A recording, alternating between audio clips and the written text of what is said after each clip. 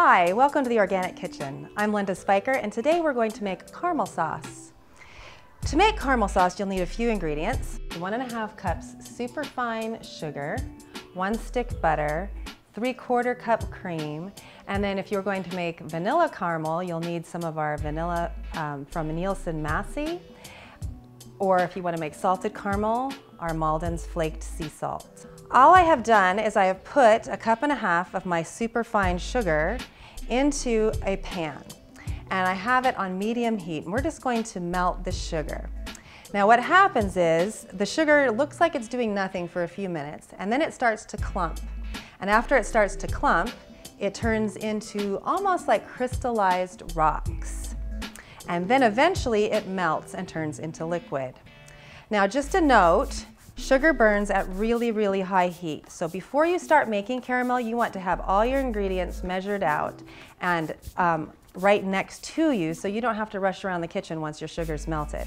Also, you don't want to have children anywhere near the vicinity, and you want to use a spatula versus a whisk, because when the sugar gets clumpy, the clumps get stuck in the whisk, and you have a tendency to do this, which then shoots hot sugar all over your kitchen. So be very, very careful when making caramel. So our caramel, our sugar, is beginning to clump up.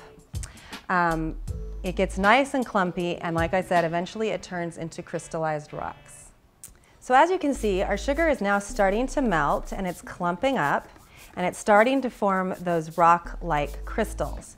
Now, one of the reasons I like to use caster sugar or superfine baking sugar is because it does melt quicker than ordinary sugar, but you could also use ordinary sugar. So once it clumps up and gets into these rock-like formations, eventually it starts to liquefy. And that's when we kind of need to be careful of splattering, because as I said before, the sugar gets really hot. So we just keep stirring it, we keep the sugar moving, and eventually when it becomes liquid, all these crystals will melt, and that is when we will very carefully put in our butter.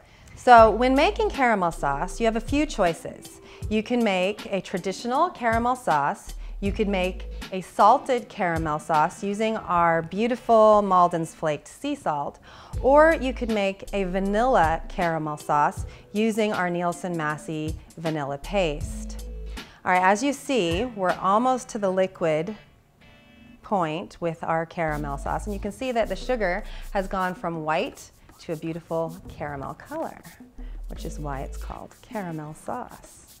As soon as the last of these crystals are melted, we will add our butter. And this we're going to do very, very carefully.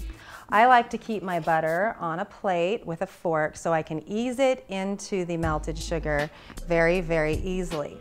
Now, I like to use a pot that's about 4 inches deep, and you're about to find out why right here.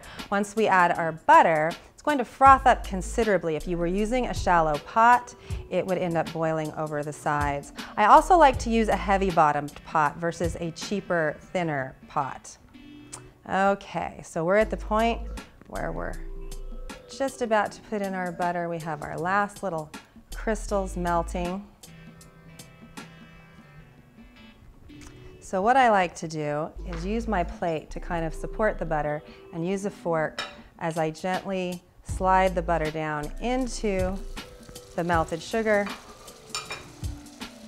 And as you can see, it starts to bubble up, starts to get thicker, forming sort of a caramel looking mixture, but it's not really caramel until we add our cream. So once our butter is completely melted, which it is now, we take it off heat, stir it up, making sure all the last of the butter is melted. And then we're going to very carefully pour in our cream while we stir.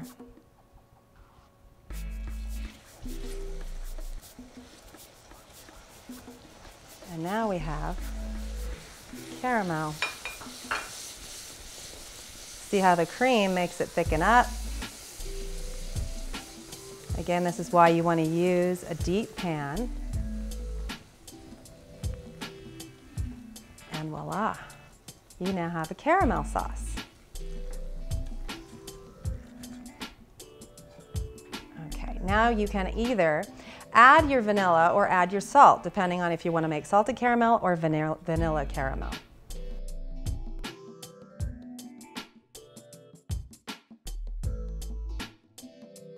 Our caramel sauce is now finished, so you can use this caramel sauce to pour over ice cream, but today we're going to pour it over our double chocolate mini cakelet that we make here at the Organic Kitchen.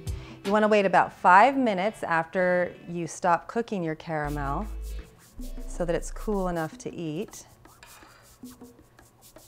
And voila, you have a beautiful little chocolate treat. I hope you enjoyed this tutorial on how to make caramel sauce, and I hope you'll visit us at theorganickitchenstore.com to see our other tutorials and to shop on our online store.